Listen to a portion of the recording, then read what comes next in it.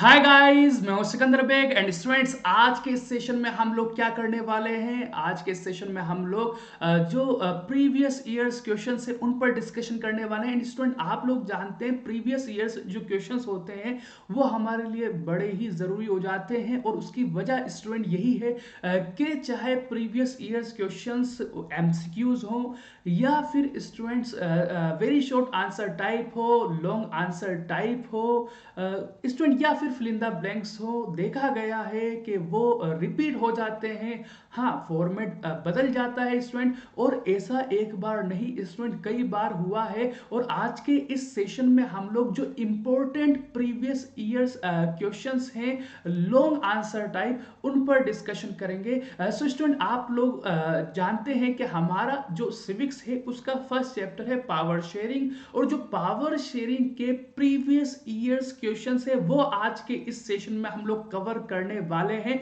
And student देखिए, मैं आप लोगों को सजेस्ट करूंगा, क्योंकि प्रीवियस ईयर्स जो क्वेश्चंस होते हैं वो बड़े इंपॉर्टेंट होते हैं, तो आप खुद भी प्रैक्टिस कीजिए प्रीवियस ईयर्स क्वेश्चंस पर। और अगर एजुकेटर्स आपको प्रोवाइड कर रहे हैं प्रीवियस ईयर्स क्वेश्चंस, तो आप लोग उनका बेनिफिट उठाइए। जैसे कि स्टूडेंट, आज के इस सेशन में मैं आप लोगों को इंपॉर्टेंट प्रीवियस ईयर्स जो क्वेश्चंस है सब्जेक्टिव लॉन्ग आंसर टाइप वो प्रोवाइड करने वाला हूं स्टूडेंट, क्योंकि ये स्मार्ट वर्क होता है स्टूडेंट प्रीवियस ईयर्स क्वेश्चंस पर प्रैक्टिस करना। तो आप भी करें और एजुकेटर प्रोवाइड कर रहा है तो उसका भी आप लोग फायदा उठाइए। तो स्टूडेंट, आज के सेशन में हम लोग पावर शेयरिंग के 5 मार्क्स वाले जो सब्जेक्टिव क्वेश्चंस है उन पर हम लोग डिस्कशन करने जा रहे हैं। And it will definitely help you a lot in your final examination. And students, ये जो क्वेश्चन आज हम लोग अंडरस्टैंड करेंगे, डिस्कस करेंगे पावर शेयरिंग के, वो आपके लिए बहुत ज्यादा एग्जाम में हेल्पफुल होने वाले हैं। तो सेशन को पूरा आप लोग देखिएगा और कुछ भी मिस मत कीजिएगा, और क्वेश्चंस पर सेशन के बाद भी प्रैक्टिस कीजिएगा। तो चलिए स्टूडेंट, हम लोग आते हैं हमारे क्वेश्चंस की तरफ। So student, previous years questions हैं और वो भी 5 मार्क्स वाले, यानी सब्जेक्टिव क्वेश्चंस हैं student, long answer type questions हैं जो हम डिस्कस करने वाले हैं यहाँ पर। सो स्टूडेंट, सबसे पहले हम फर्स्ट क्वेश्चन की यहाँ पर बात करते हैं। सो स्टूडेंट्स, आप लोग देख सकते हैं क्वेश्चन जो है वो 2013 और 2012 का क्वेश्चन है गाइस। यानी आप लोग देख सकते हो कि ये जो फर्स्ट क्वेश्चन है वो 2012 में भी दिया गया और फिर वापस 2013 में बोर्ड ने आपको दे दिया। यानी स्टूडेंट, जो क्वेश्चंस हैं वो रिपीट हो जाते हैं बोर्ड के एग्जामिनेशन में।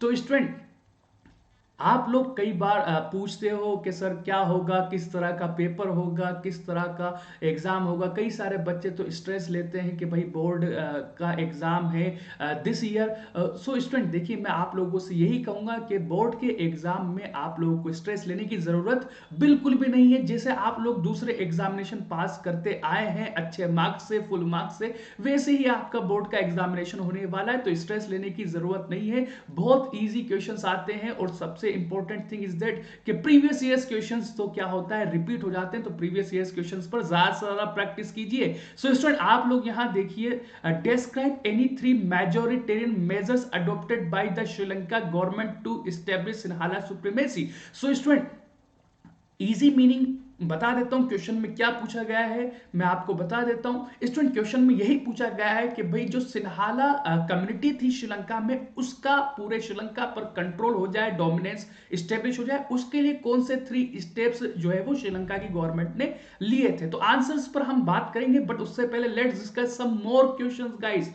सो स्टूडेंट, यहां देखिए आप सभी लोग, अगला क्वेश्चन आप लोगों के लिए, describe any 3 provisions of the act which was passed in Sri Lanka in 1956 to establish Sinhala supremacy. अब स्टूडेंट, आप लोग देख सकते हैं ये 2012 का क्वेश्चन है, और इस क्वेश्चन में भी आप लोगों से क्या पूछा जा रहा है, इस क्वेश्चन में पूछा जा रहा है कि भाई देखिए, जो 1956 में एक एक्ट पास हुआ था उसके अंदर वो कौन से फीचर्स थे, प्रोविजंस थे, ओके, जो मेंशन किए गए थे, जिससे क्या हो, जो सिन्हाला कम्युनिटी है उसका डोमिनेंस और उसका कंट्रोल पूरे श्रीलंका पर हो जाए। एंड स्टूडेंट, आप देखिए 2012 में भी आप लोगों को क्वेश्चन दिया गया, और ये जो क्वेश्चन है student, why did the Sri Lankan Tamils feel alienated in spite of their long stay in Sri Lanka.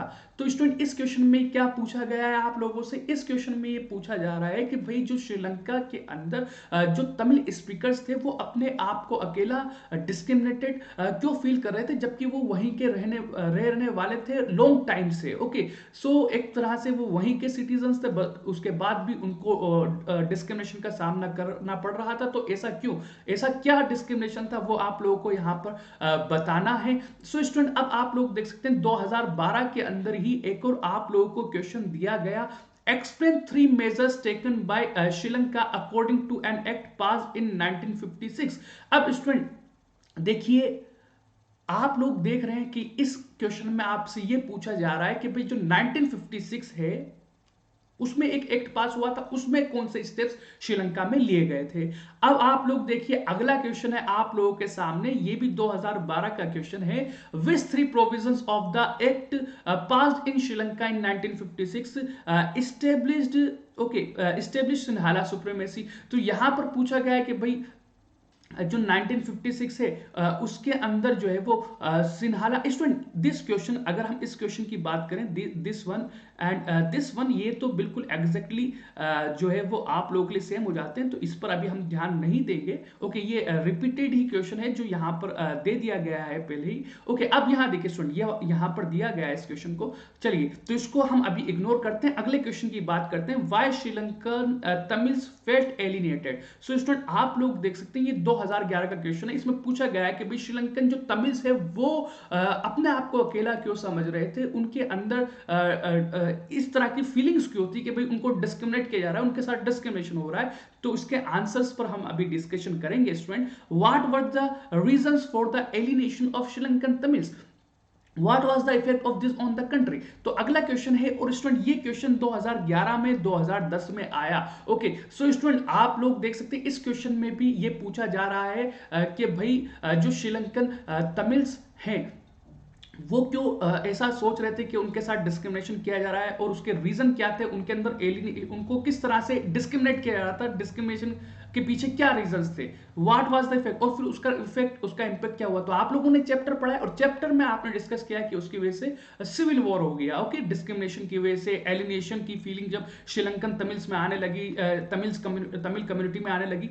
Okay, 2014 का question. So student how majoritarianism has increase the feeling of alienation among the Sri Lankan Tamils. Okay, 2014 का question है, और student इस question में ये पूछा जा रहा है कि जो मेजोरिटेरियनिज्म है उसने किस तरह से श्रीलंकन तमिल्स के अंदर डिस्क्रिमिनेशन वाली जो फीलिंग है कि भाई उनको डिस्क्रिमिनेट किया जा रहा है, ये कैसे जो है वो इंक्रीज किया, कैसे उनके अंदर ये चीज को जनरेट किया कि भाई जो है वो जो मेजोरिटेरियनिज्म उसकी वजह से वो डिस्क्रिमिनेशन का फेस कर रहे हैं। सो स्टूडेंट किस तरह का डिस्क्रिमिनेशन था जो फेस कर रहे थे, ये आपको मेंशन करना है, एक्सप्लेन करना है।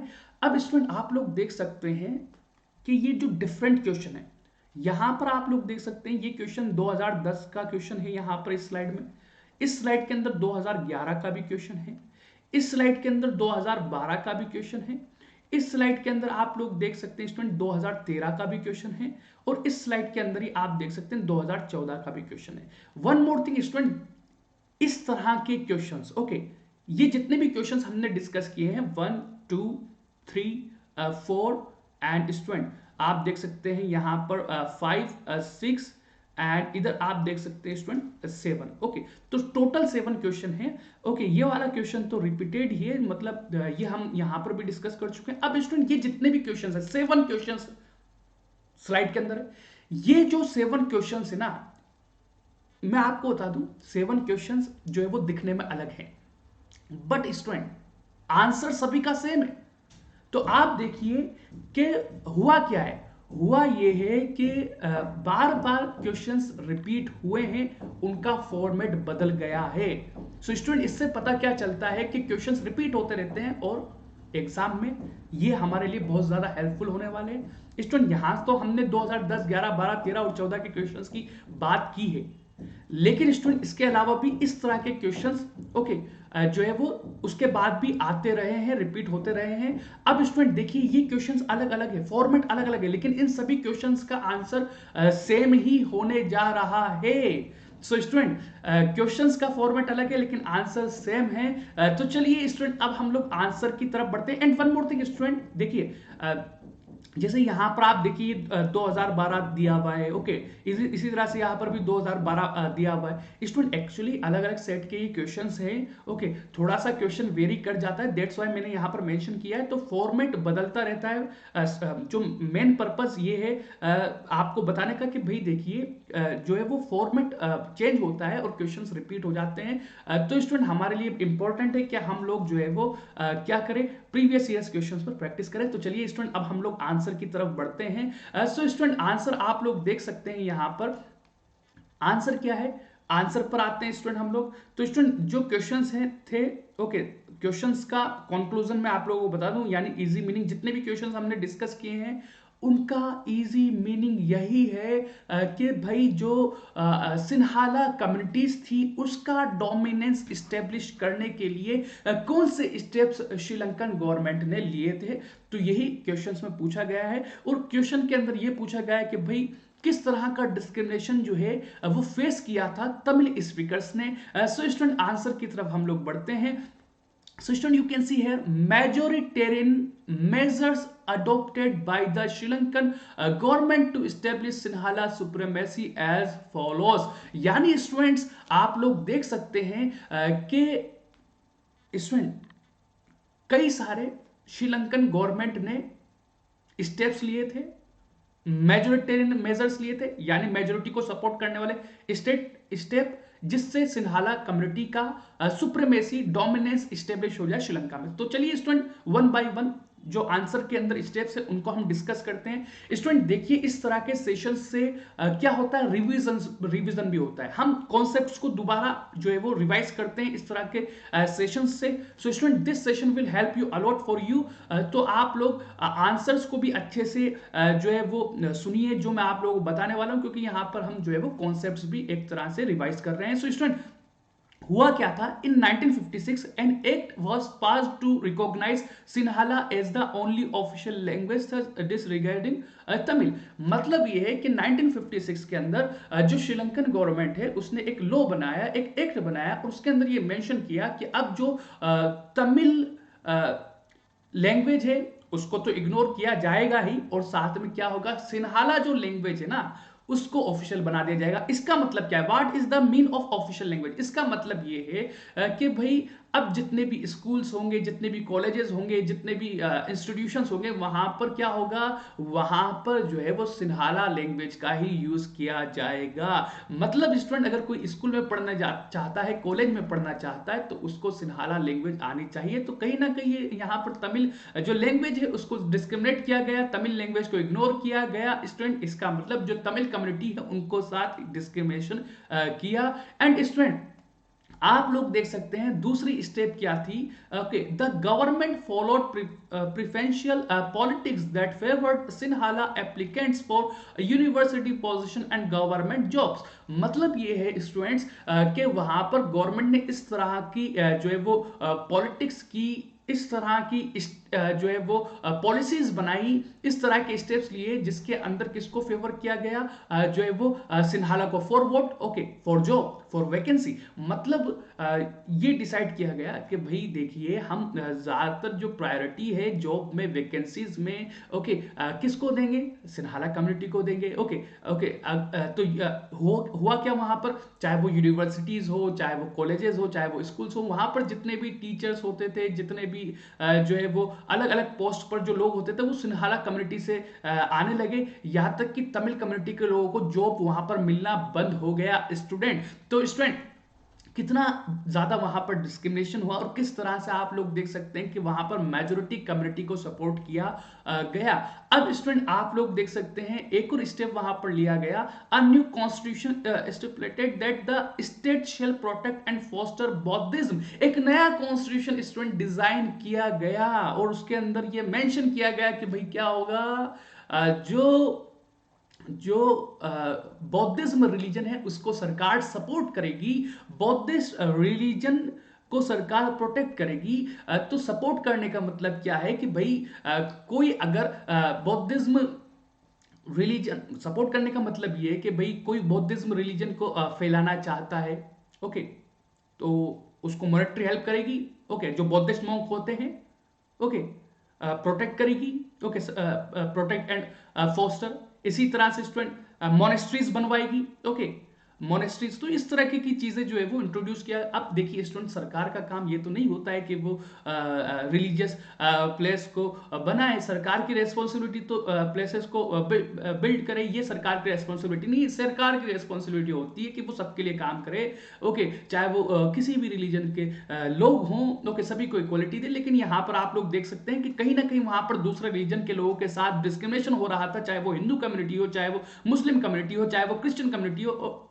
एंड वो सभी जो हिंदू कम्युनिटी के लोग थे, क्रिश्चियन कम्युनिटी के लोग थे, इसी तरह से मुस्लिम कम्युनिटी के लोग थे, देवर तमिल स्पीकर्स, ओके। तो कहीं ना कहीं वहां पर लैंग्वेज के साथ साथ रिलीजन बेस्ड डिस्क्रिमिनेशन भी था, ओके।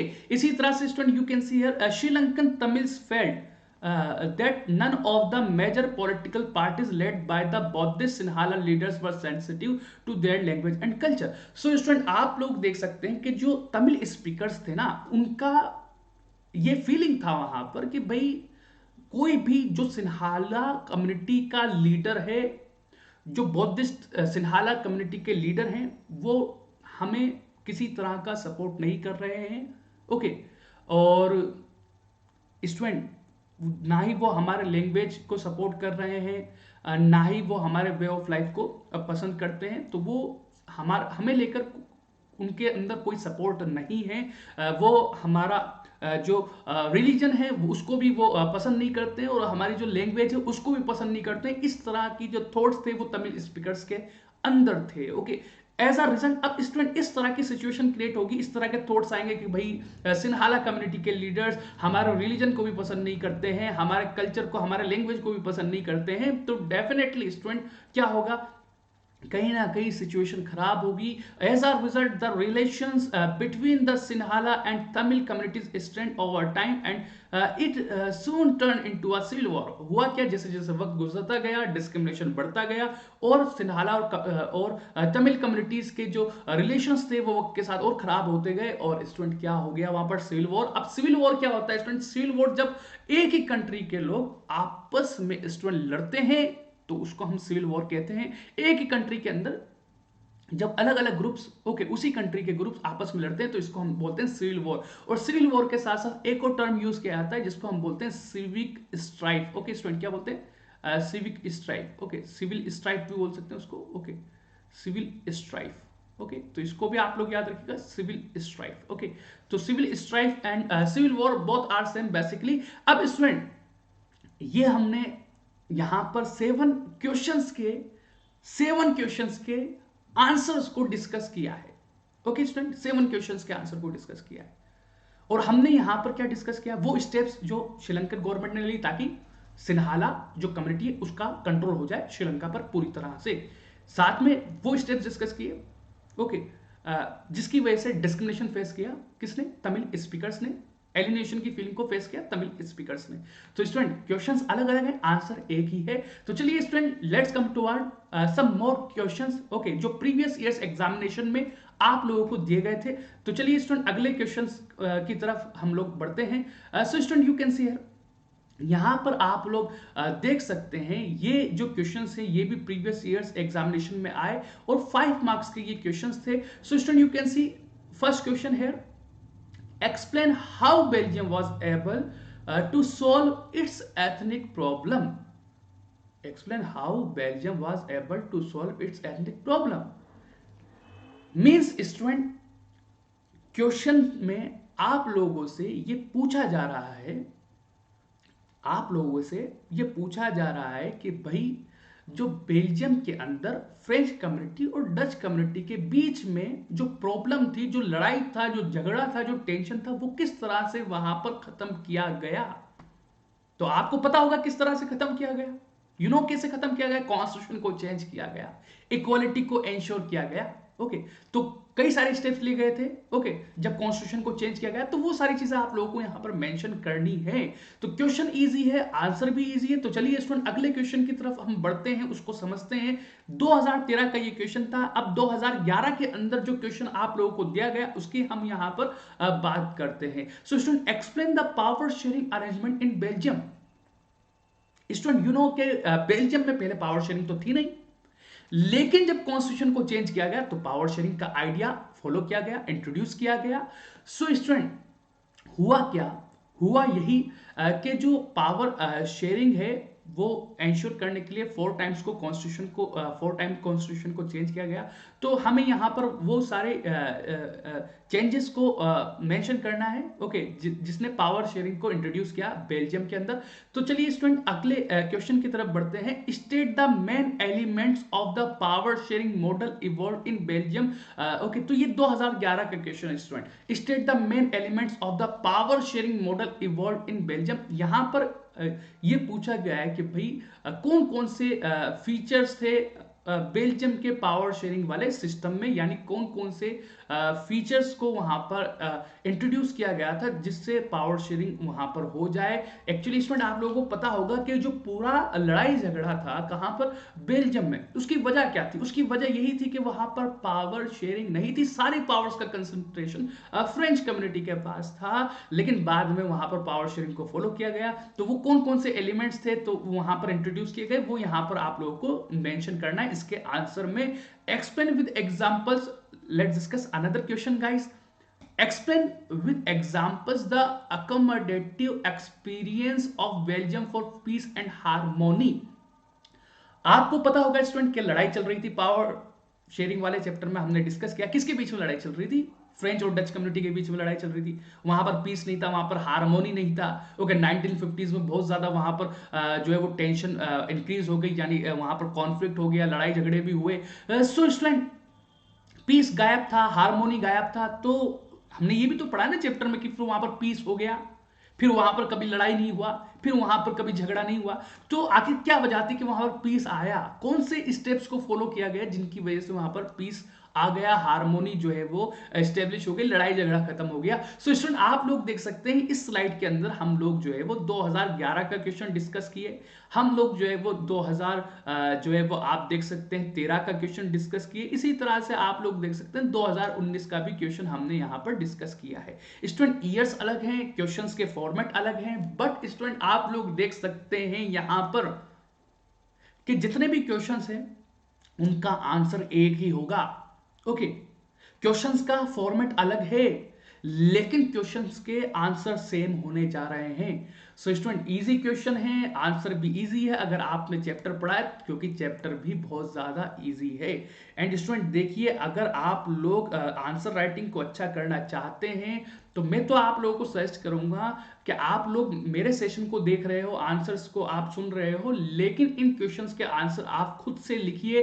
क्योंकि अब टाइम आ गया है, आपने लर्निंग भी की होगी, तो खुद से अगर आप आंसर लिखेंगे तो आपके आंसर राइटिंग स्किल्स भी इंप्रूव हो जाएंगे। चलिए अब यहां देखिए स्टूडेंट आप लोग, तो आंसर राइटिंग स्किल इंप्रूव करने के लिए जरूरी होता है कि आप क्वेश्चंस के आंसर लिखते रहें खुद से स्टूडेंट। ओके, प्रैक्टिस करते रहें स्कूल्स में, या फिर अगर कहीं पर भी आपको एजुकेटर्स होमवर्क देते हैं कि भाई ये क्वेश्चंस लीजिए और इनका आंसर कीजिए। ओके, तो स्टूडेंट ऐसे होमवर्क को आप जरूर कीजिए, क्योंकि अगर आप लोग क्वेश्चंस के आंसर लिखते हैं ना तो स्टूडेंट क्या होता है, इससे आंसर राइटिंग स्किल इंप्रूव होता है। अब आप क्वेश्चन के आंसर कैसे लिखेंगे? अब तो आप लोगों ने लर्न किया होगा चैप्टर, तो आप ऐसे ही लिख दीजिए। ओके, और अगर लर्न नहीं है तो आप अगर बुक में से भी देखकर आंसर लिखते हैं तो it will help you okay to improve answer writing skills. Okay, तो स्टूडेंट अब हम लोग आंसर्स की तरफ बढ़ते हैं यहाँ पर। Let's come toward answer.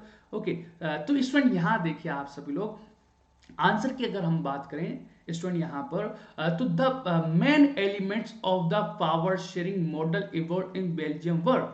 यानी स्टूडेंट हमने जो क्वेश्चन डिस्कस किए हैं उसके अंदर ये पूछा गया है कि भाई कौन से फीचर्स इंक्लूड किए गए थे पावर शेयरिंग मॉडल में बेल्जियम में। ओके, कौन से स्टेप्स लिए गए थे जिससे लड़ाई झगड़ा खत्म हो जाए, पीस हो जाए, हार्मोनी हो जाए बेल्जियम में। सो स्टूडेंट फर्स्ट स्टेप हम यहां पर डिस्कस करते हैं. So there were many features, okay, which were incorporated in the constitution of Belgium, okay, which played important role, okay, to set up harmony and peace between Dutch and French community. तो student कई सारे steps लिए गए थे, तो वही सारे steps हम यहाँ पर डिस्कस करने जा रहे हैं. सो फर्स्ट जो स्टेप था, फर्स्ट जो फीचर था, फर्स्ट जो एलिमेंट था, वो इंक्लूड किया गया कॉन्स्टिट्यूशन के अंदर. ओके, कॉन्स्टिट्यूशन को चेंज करके पावर शेयरिंग को इंश्योर करने के लिए, इक्वालिटी को इंश्योर करने के लिए, constitution prescribe that the number of Dutch and French speaking minister shall be equal in the central government. Some special laws require the support of majority of members from each linguistic group.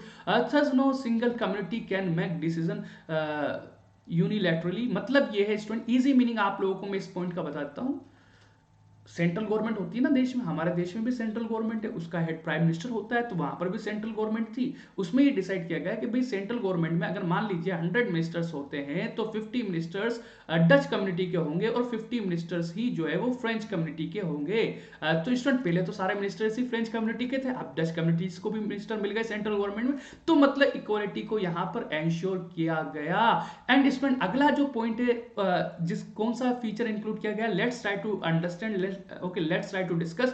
Many powers of the central government have been given to state government of the two regions of the country.